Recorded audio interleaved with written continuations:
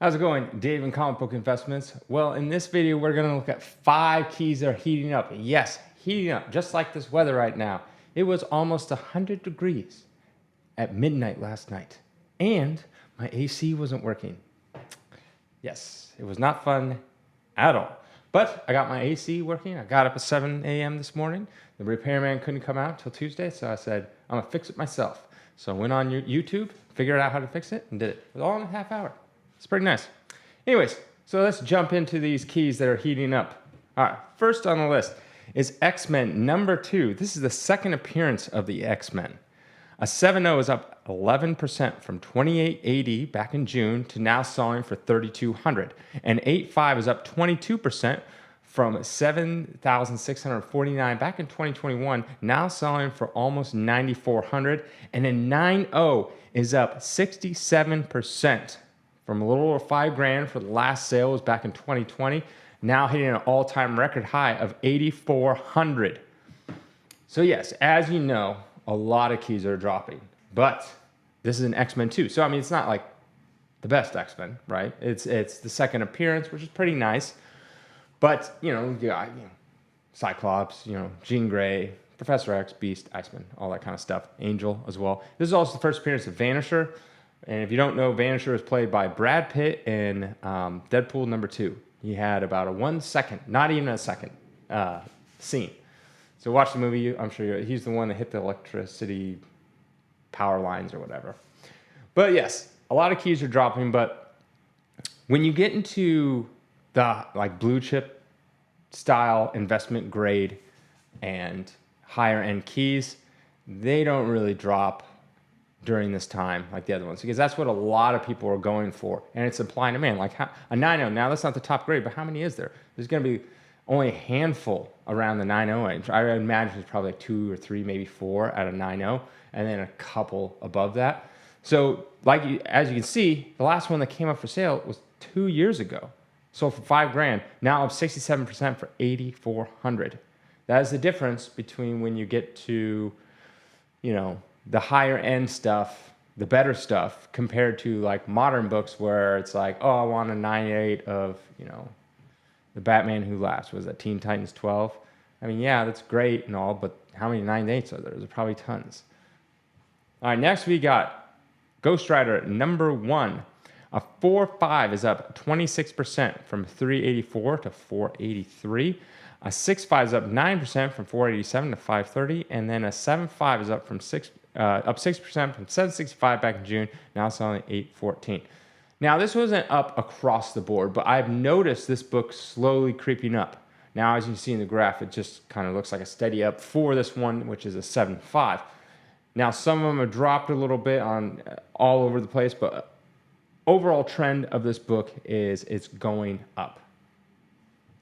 Next, we got Green Lantern number 1.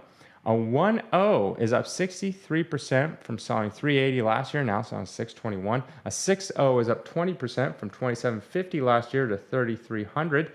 And then an 8.5 hitting an all-time record, up 40% from 7500 last year, now selling for almost 10,500. So up quite a bit, Green Lantern. A lot of you may not know this, but this new Green Lantern, Hal Jordan, is not allergic. Its weakness is yellow, which is fear. They changed that later. But did you know what the original weakness was to Green Lantern? Alan Scott, the old Green Lantern. You know what his weakness was? It wasn't yellow. Nope. It was wood. Yes, wood. He couldn't do anything against wood. Very odd indeed. Anyways, this is not the first appearance of Hal Jordan. First appearance of Hal Jordan was Showcase 22. And then I believe 23 and 24 was his second and third appearance. Then he gets his own series, which would be this one, in Green Lantern. So this might be his 4th appearance, but he might have appeared in Brave and the Bold 28, which is the first Justice League before that. I'm not entirely sure. But in any case, like I said before, older Silver Age keys, things like that, are going to go up a lot better, hold their value a lot more. As more people get into the comic industry, like say, all those people that are like newbie collectors or just into the market, they'll start off with like modern books because they look beautiful. I'm not going to lie. The new artists really know how to draw with modern technology. They really know how to color it, and they look great, and they look fantastic. A lot of older Silver Age, Bronze Age look a little flat. I mean, Golden Age, I feel like had more style than Silver Age, to be honest, and probably Golden Age even had more style than Bronze Age, depending. You got Neil Adams and Bill Sienkiewicz. I don't know. I'll say it right one of these days. You got those people that obviously stand out from the rest. And it wasn't until probably like the 80s that, things started looking good again. But all these newbie collectors come in and they're going to get the modern stuff because it's cool. And, they'll spend $200-$300 again, this, a grail of theirs or whatever it is. But eventually, as they mature, they realize, hey, I'm going to go for the good books, the expensive ones, the good investable kinds, the real grails, things like that. So they'll start stepping their game up. And as all these newbie collectors come in and start stepping their game up, eventually they start going to these older ones. As soon as they grab these older ones, they're gone. It's not like a newer book where there's thousands upon thousands, if not hundreds of thousands that exist. Once they grab this Green Lantern #1, it goes in their collection, never be seen again. So when they do pop up, they always end up going more and more and more, just because there's so many new collectors going for the bigger books that are older.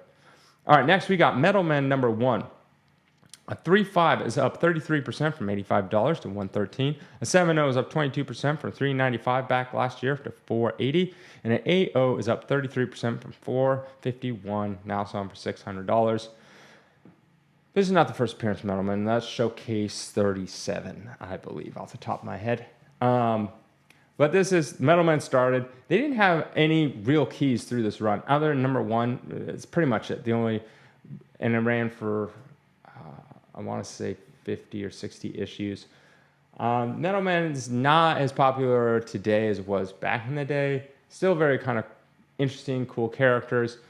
But, I mean, this is one of those runs where people just pick up #1 and then they pick up the Showcase when they first appeared. But beyond that, there's not much to it. It will go up slowly over time. But there's this, unless they do something new with Metal Man, it's always just going to be slowly going up. Not a big investable key.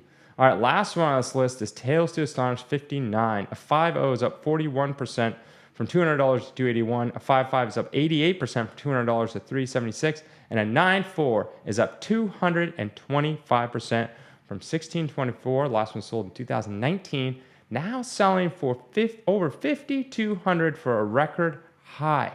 Think about that. Up 225%. That is insane. Now, yes, it was over a span of 3 years. 3 years, quite a long time, but for 225%, I mean, most stocks do not get that kind of return. And I know stocks and comics are different, but I'm just talking return on your investment, just dollar for dollar. Yes, stocks are easy to sell, but then they're also claimed by the government. As soon as you sell a stock, boom, you're going to hit by the government. Comic books, harder to sell, but you can skirt around, paying that income tax. So pros and cons to each. In the end, though, up 225%. Whoever had this sold it for amazing price. I always liked this book. I remember this book and Tales to Astonish 60. I remember I had all the Hulk stuff as a kid, but I remember those two specifically, liking those the most. This one, the one thing I didn't like about this one is Hulk always looks so small compared to Giant Man. And I know Giant Man is giant, but I don't know. I don't like it when Hulk looks small. I like it when he looks menacing. So huge, menacing, like Dale Known draws him. In any case, that will be it. Have a great weekend.